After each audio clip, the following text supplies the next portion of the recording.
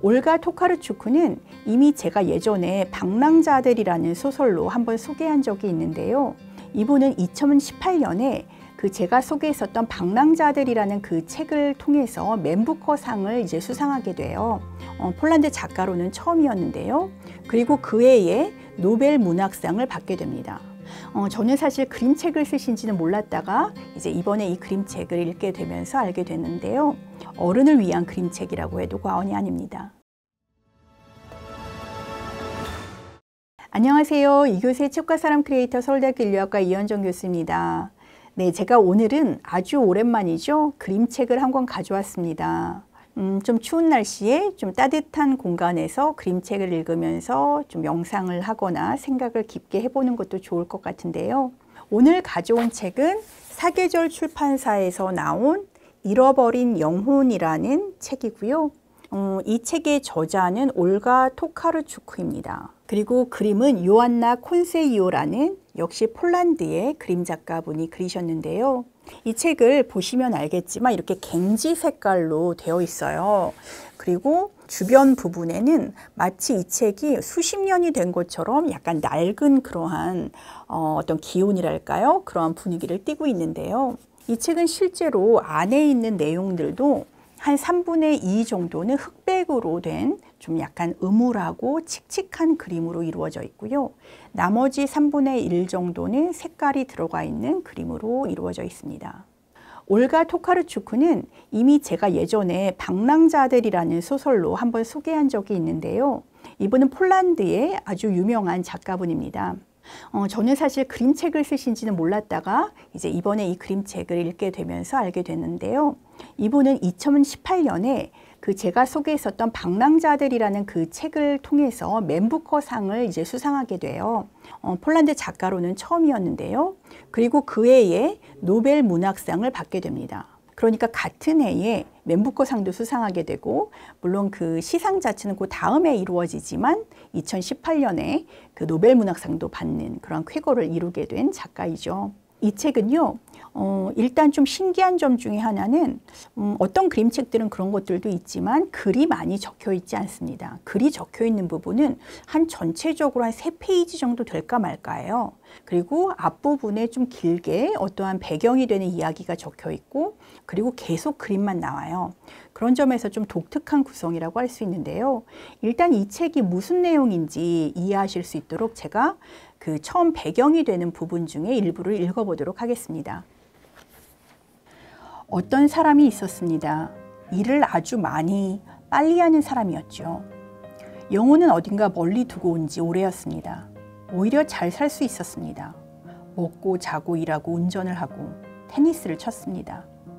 다만 가끔 주위가 이상할 정도로 평평한 듯한 기분이 들기는 했습니다. 마치 수학 공책에 가지런한 모는 위에서 움직이고 있는 것처럼.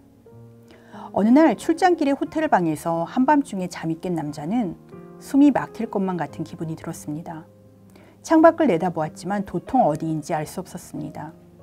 호텔 창문으로 보이는 도시의 모습은 대체로 비슷하니까요.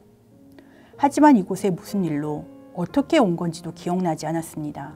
맙소사, 자기 이름마저도. 자기를 뭐라고 불러야 할지 모르다니 기분이 이상했습니다. 그래서 남자는 그저 침묵했습니다. 오전 내내 자기한테 아무런 말도 걸지 않은 남자는 사무치게 외로운 느낌이 들었습니다. 몸속에 이미 어떤 사람도 없는 것 같은 느낌이었지요. 남자는 욕실의 거울 앞에 서서 연기처럼 뿌옇게 변한 자신을 보았습니다. 잠시 자기 이름이 안제이가 아닐까 하다가 마리안이 분명하다고 생각했습니다. 결국 겁이 덜컥 난 남자는 트렁크 바닥에서 여권을 찾아 들여다보고는 자기 이름이 얀이라는 것을 깨달았습니다. 다음 날 남자는 현명하고 나이든 여의사를 찾아갔습니다.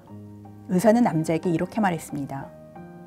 누군가 위에서 우리를 내려다본다면 세상은 땀 흘리고 지치고 바쁘게 뛰어다니는 사람들로, 그리고 그들을 놓친 영혼들로 가득 차 보일 거예요. 영혼은 주인의 속도를 따라갈 수 없으니까요. 그래서 큰 혼란이 벌어져요. 영혼은 머리를 잃고 사람은 마음을 가질 수 없는 거죠. 영혼들은 그래도 자기가 주인을 잃었다는 걸 알지만 사람들은 보통 영혼을 잃어버렸다는 사실조차 모릅니다. 의사의 진단은 얀의 마음을 더 불안하게 했습니다. 어떻게 그런 일이 있을 수가? 그럼 제가 제 영혼을 잃어버렸다는 말씀입니까? 현명한 의사가 대답했습니다. 영혼이 움직이는 속도가 육체보다 아주 느리기 때문이에요. 영혼은 아주 먼 옛날 우주 대폭발 직후에 생겨났어요. 당시엔 우주가 이렇게 빨리 돌아가진 않았어요. 그땐 거울을 통해 스스로를 볼 수 있었죠. 환자분은 자기만의 어떤 장소를 찾아 편안히 앉아서 영혼을 기다려야 합니다. 분명히 환자분이 2, 3년 전쯤 갔던 곳에 환자분의 영혼이 있을 거예요. 기다리는데 시간이 좀 걸릴지도 몰라요. 제가 드릴 다른 약은 없습니다.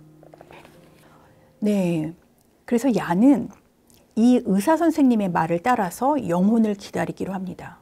그러니까 자기가 너무나 바삐 정신없이 살다 보니까 영혼은 쫓아오지를 못한 거예요. 영혼의 속도는 훨씬 느리니까요.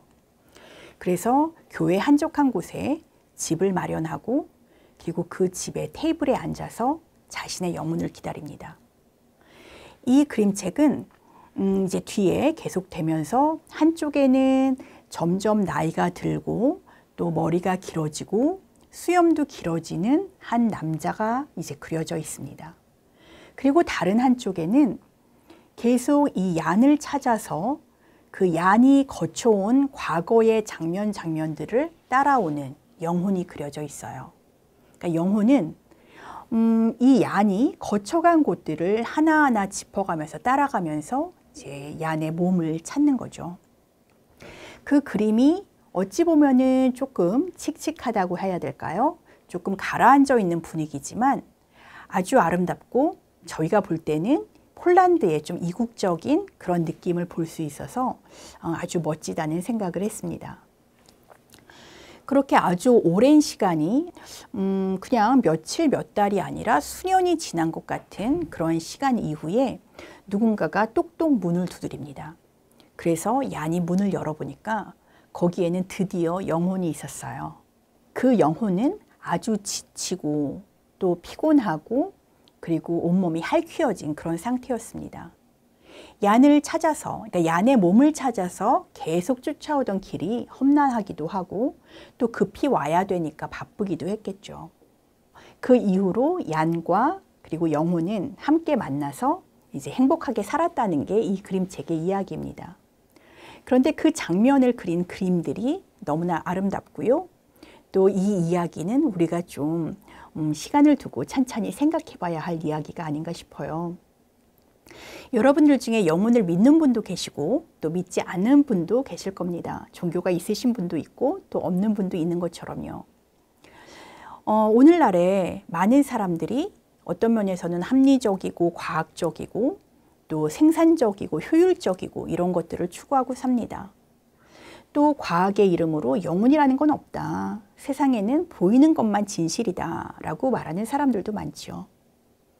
그런데 잘 모르겠어요. 저는 이러한 인류학, 인문학 이런 것을 하는 사람이어서 그런지 몰라도 물론 과학이라는 게 오늘날 우리에게 가장 진보한 그러한 연구 방법이고 또 지식을 축적하거나 또 우리가 새롭게 발견할 수 있는 방법이기는 하지만 과학이라는 건 여전히 좀 충분하지 않고 우리와 세계를 완전하게 설명할 수 없는 불완전한 상태라고 생각을 해요. 그러니까 영혼이라는 것, 혹은 우주라는 것, 또 나 자신에 대한 것도 어찌 보면 우리에게 또 다른 진실을 말해줄 수 있다고도 생각을 하는데요. 우리의 삶이 혹시 너무나 영혼이 쫓아올 수 없도록 다시 말해서 내 삶의 의미나 나의 고유한 가치나 어떤 믿음이나 그리고 우리 자신이 어떤 면에서는 정말 풍성하게 살아갈 수 있는 내면의 정신의 세계를 무시하고 살아가는 건 아닌지 한번 생각해 보게 해주는 그런 작품입니다. 이 작품은 어린이가 보기에는 조금 어려운 동화라고 할 수 있고요. 어른을 위한 그림책이라고 해도 과언이 아닙니다. 여러분들 한번 읽어보시면 좋을 것 같아서 제가 가져왔습니다. 네, 오늘 영상은 여기까지 하도록 하겠습니다. 오늘 영상이 좋으셨다면 좋아요, 구독, 알림 설정 부탁드리겠고요. 저는 다음 시간에 또 좋은 영상으로 만나 뵙도록 하겠습니다. 감사합니다.